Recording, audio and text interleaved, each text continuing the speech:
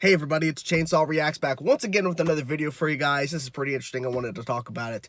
So within a span of a few hours of each other, we heard of two things revolving Game of Thrones prequels. Number one, the first thing that came out earlier before the actual announcement of a new show is that they announced that that pilot they shot for that Game of Thrones prequel set 8,000 years ago, and they had Naomi Scott, I think that's what her name was, and they had a whole slew of other cast members, and they shot the pilot and everything, dead. It was over. It was done.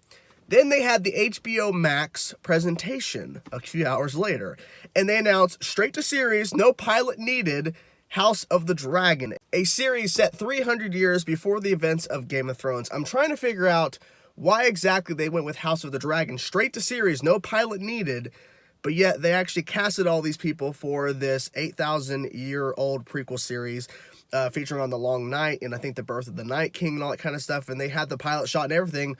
Why they didn't go with that, but they went with this straight to series. I think it has something to do with the fact that with the poster they dropped, showcasing that it's based off of the George R.R. Martin book that he wrote, Fire and Blood, a little bit ago. So I feel like that might be a heavily thing that was pushing it to go straight to series. I'm not really sure. I don't know. Maybe they saw how much the book sold and went, holy crap, a lot of people bought this book. We should probably go ahead and make it a series. Not really sure how well it sold, but still, something had to push them in that direction to go with House of the Dragon, which I like the title, by the way.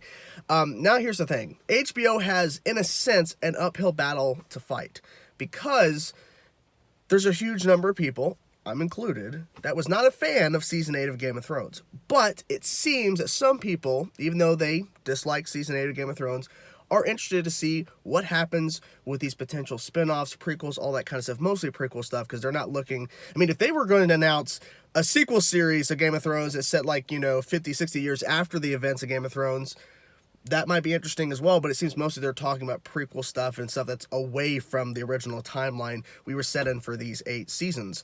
So, I don't know. But for me, I'm intrigued. Now, I'm going to be a little hesitant, but then again, I feel like us getting away from that time period is going to be the best direction for right now. I wouldn't be surprised in a couple years down the road after we have more time away from how Season 8 ended if you didn't like it. If you did, that's great. But as we get further away, they might announce a sequel series that takes place sometime after the events and see where we go from there. So, interesting stuff. So, what do you guys think of this news? Let me know in the comment section below what you think about House of the Dragon. What do you think about Blood Moon being just dead in the water, just canceled, just like we're not moving forward with it? What are your thoughts? Let me know in the comment section below, guys. Talk to you guys soon.